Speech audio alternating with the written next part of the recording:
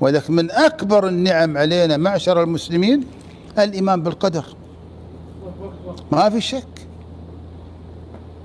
مثل ما تقول وحدة النصرانية، تقول من أجمل ما في دين الإسلام الإيمان بالقدر.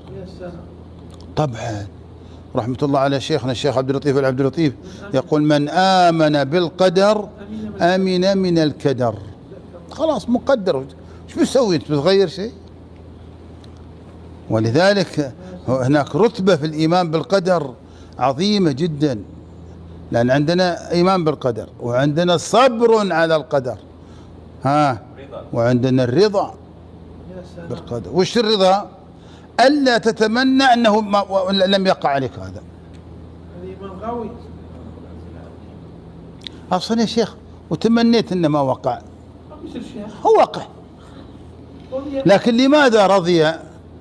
لأن الله أراده، وأنت لا ترضى ما يريده الله، وهو أحكم الحاكمين وأرحم الراحمين. ما فعل بك هذا إلا رحمة منك، ومن هذه الرحمة قد يكون عجل لك عقوبة في الدنيا ولا في الآخرة. نعم، أمتي أمة مرحومة عجل الله عقابها في الدنيا،